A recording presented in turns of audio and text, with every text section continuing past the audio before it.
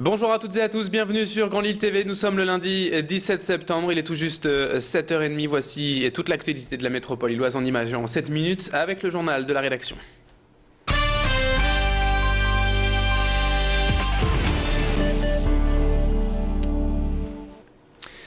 Et on démarre tout d'abord cette édition avec l'un des événements du week-end dans la métropole lilloise. Le tout nouveau vélodrome couvert de Roubaix. Le STAB a donc été officiellement inauguré samedi soir, en présence bien sûr de nombreuses personnalités politiques et sportives de la région.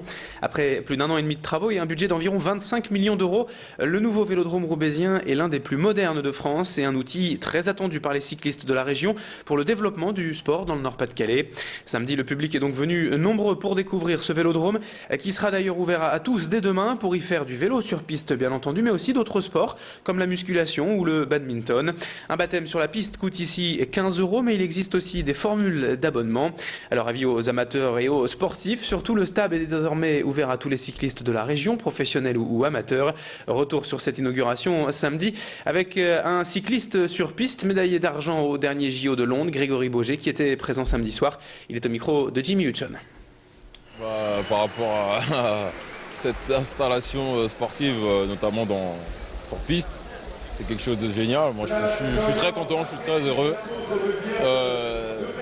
Même si c'est pas ma région, mais en tout cas, je me dis enfin, il y a un vrai vélodrome en France pour moi, pour mes collègues du sprint français. Donc c'est bien. J'espère qu'on va pouvoir revenir parce qu'on est là ce soir pour l'inauguration, mais pour des compétitions, même pour des stages, donc ça serait bien. L'actualité politique également à la une de ce journal avec la passation de pouvoir qui était organisée hier à la mairie de l'Homme entre Yves Durand, le maire sortant, et Roger Vico, son premier adjoint, désormais premier magistrat de la commune. Yves Durand se conforme ainsi à la règle de non-cumul des mandats adoptée par le Parti socialiste. Et hier matin, 800 personnes s'étaient donc rassemblées pour assister à ce passage de témoins lors d'un conseil municipal extraordinaire, en présence notamment de Martine Aubry, le maire de Lille.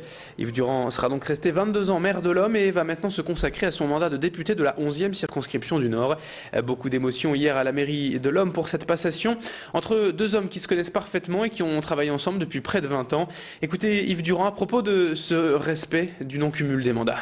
D'abord parce que c'est un engagement que chaque élu député socialiste a pris vis-à-vis des militants qui les ont désignés, et je pense que c'est important de respecter ces engagements. C'est aussi une manière de crédibiliser la politique et les politiques. Et puis aussi parce que je crois que nous avons à reconstruire une nouvelle forme de démocratie représentative.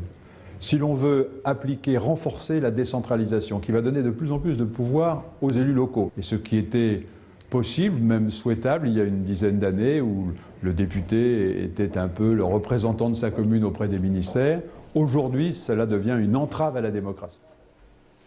Autre information à la une de l'actualité, cela ne vous a pas échappé, vous peut-être en avez vous-même profité, c'était bien sûr les journées du patrimoine ce week-end.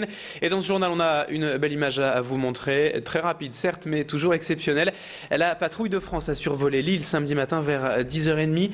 Un passage éclair au-dessus du beffroi des 8 pilotes de la patrouille pour un instant magique, mais tout de même très court, qu'ont apprécié néanmoins les Lillois. Les avions ont survolé la rue nationale, puis la Grand Place avant de bifurquer vers la mairie en diffusant leur fumée bleue, blanche et rouge sur des images de Jimmy Hutchon.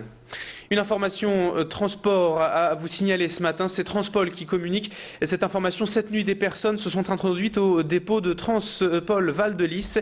D'importants dégâts matériels ont été constatés ce matin. La police est actuellement sur place. Le dépôt est donc bloqué en cette matinée et aucun bus ne peut donc sortir. Certains cars garés en dehors du dépôt ont tout de même pu se mettre en service, mais d'importants ralentissements et d'importantes perturbations sont donc à craindre en cette matinée.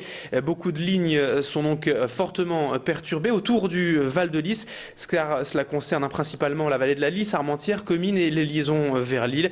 On va donc surveiller ça de près ce matin pour vous. Plus d'informations sur transpol.fr et sur Grand Lille TV au fur et à mesure de la matinée. L'actualité fait divers à présent et ce violent braquage dans la nuit de samedi à dimanche au Planète Bowling de l'Homme. Vers 3h40 du matin, dimanche, quelques minutes avant la fermeture, donc 2 individus armés et cagoulés ont pénétré dans l'établissement alors qu'une cinquantaine de personnes étaient encore sur place. En moins d'une minute, ils ont récupéré la caisse en blessant notamment au visage l'un des employés du bowling. Les vigiles n'ont rien pu faire pour intervenir et les 2 braqueurs ont pu s'enfuir avec leur butin dont nous ne connaissons pas le montant. Une enquête a été ouverte par la sûreté urbaine de Lille.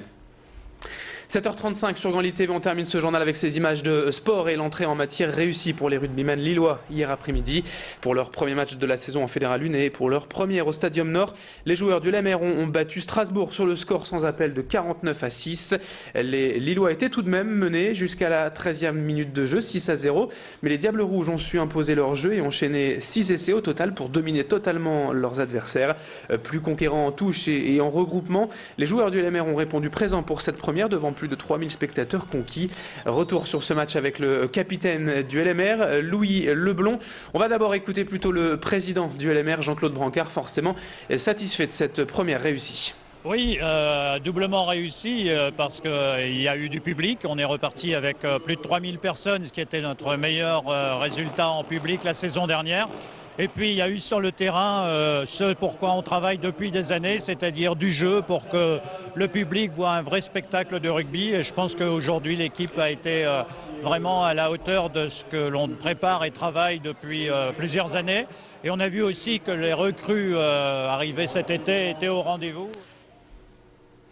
Allez, c'est la fin de cette édition. Dans un instant, assure la météo et l'infotrafic, toujours en direct et en continu sur Grand Lille TV.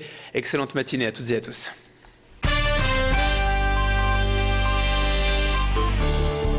Thank you.